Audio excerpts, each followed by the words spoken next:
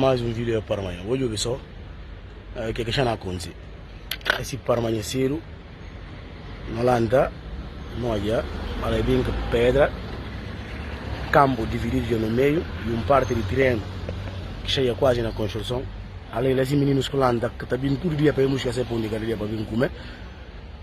Se pão, meninos que estão vindo treino todo dia. Olha como é que é Sinda.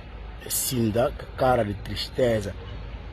De tristeza, porque a cara tem mais campo onde é por prática, que é mais água cheia que ser futebol. Hoje vi que a gente já leva na terra, campo de frio da osso, e mexe para Chantal Pecido, caça de alguém para fazer obra. Hoje vi Estado com o Nacional. Esse é um país que a gente mexe em Guiné, que a gente mexe quando não vive nada. É um país Guiné-Bissau. Hoje meninos futuro, querer delinquência. Mas o que acha como e melhor para eles? Políticos de não terra. Até não é políticos de não Guiné-Bissau, não digo só. Esse que a gente mexe em desenvolvimento de um país. Esse campo que está a praticar desporto. Campo que a nós não pariram, não é campo, né? Que a gente se joga a bola, que é grande jogadores, a nós que não chamamos de grande patamar. A gente se mexe com ele, porque eles têm necessidade, porque eles que acham como aí melhor, eles que bom vídeos de Guiné-Bissau. É assim que entendi. Na leva meninos para delinquência, acaba com a prática desportiva, para como você próprio caça para ser benefício.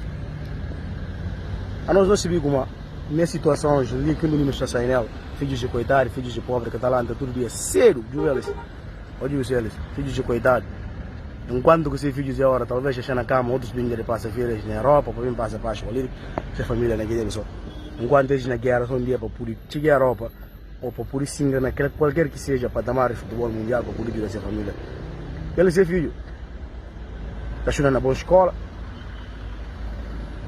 está abaixo no país, qualquer país que mexe com lá que está abaixo nela, ela forma, para vir mandar riba de coitados, que não estou dizendo, o que é misto? E que produzir essa família amanhã.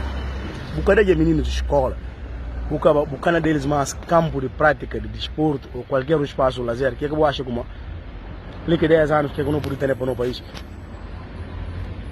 Quem deixa aqui ver a coisa na terra, quem deixa brincar com quem deixa na terra, quem deixa brincar com sensibilidade.